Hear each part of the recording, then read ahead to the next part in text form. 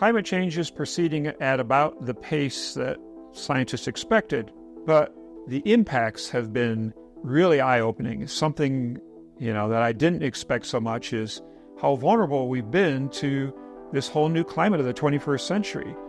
And it gives me great concern. I mean, we're not anywhere prepared for what's hitting now, and we're totally unprepared for what's coming at us. So you need to have people who understand climate communication to properly educate and motivate folks about what's coming.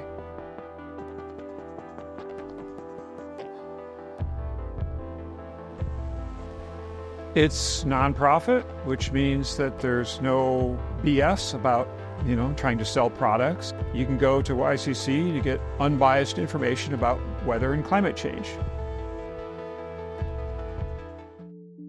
Hi, I'm Sara. I'm the editor-in-chief of Yale Climate Connections.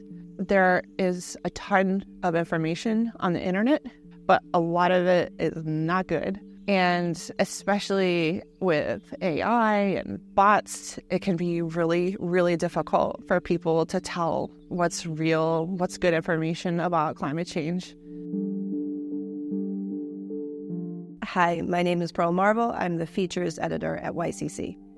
I'm not going to give the same amount of time to someone spouting this misinformation as I am to a scientist that has actually studied this stuff.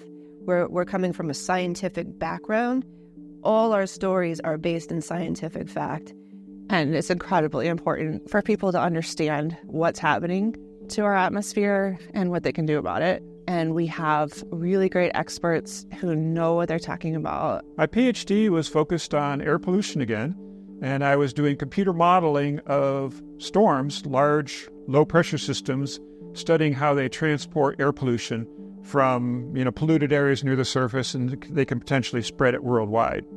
Empecé en periodismo hace mucho tiempo, más de 25 años, y empecé escribiendo sobre deportes. Y empecé allí, pero después fui cambiando de fuentes, fui haciendo periodismo comunitario, hasta que me topé con el tema del cambio climático hace alrededor de 3 años, que me pareció muy importante porque es el único planeta que tenemos. So another huge advantage that we have as an organization is our relationship with the Yale Program on Climate Change Communication, which is a research group based at Yale that has been doing surveys of the American public for more than a decade. They have developed an incredible body of knowledge about what our audiences understand about climate change and their beliefs and attitudes about climate change. And what they found was that people of Hispanic heritage were more likely to be alarmed or concerned about climate change versus white people here in the U.S. And so this year, we're getting even more ambitious with our Spanish language content. We've brought on board 3 native Spanish speakers to be regular contributors. Es muy importante conocer a la comunidad latina, porque cuando hablamos de la comunidad latina pensamos que es un todo, y la comunidad latina es muy heterogénea. Es muy diferente hablarle a un latino de Miami, a uno de Orlando, a uno de Texas, a uno que está en Los Ángeles, a uno que está en Nueva York.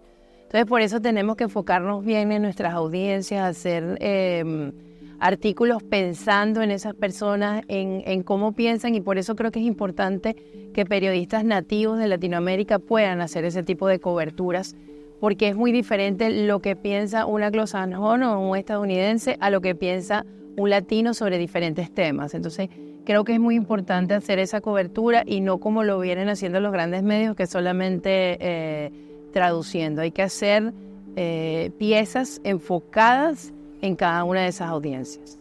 Tal me parece importante decir que el cambio climático y la preocupación la debemos transformar en ocuparnos, no solamente en preocuparnos, sino en ocuparnos del cambio climático y ver todos estos problemas que están sucediendo, verlos como una gran oportunidad para cambiar el curso de las cosas. Y también se debe cambiar un poco la narrativa, donde a los hispanos se les ve solamente como víctimas. También hay muchísimos hispanos que son activistas, que están más conscientes de las pequeñas acciones que debemos hacer diariamente para con el medio ambiente y para que preservemos este lindo planeta y para que las cosas salgan bien.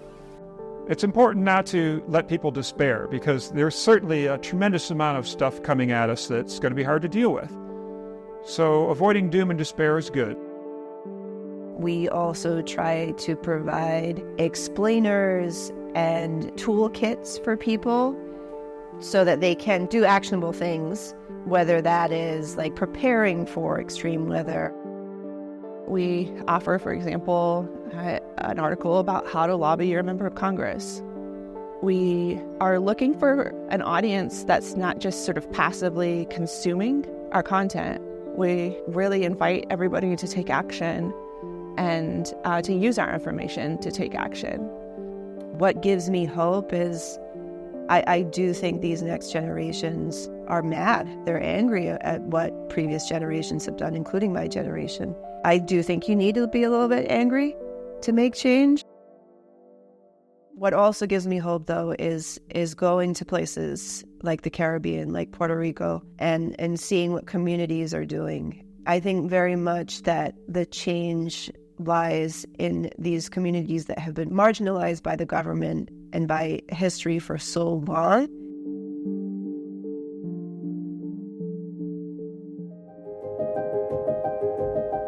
We're going to get through this.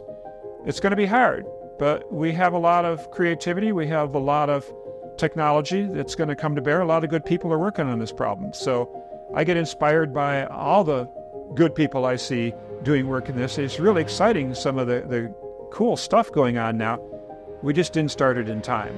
The clean energy revolution is impressive and exciting.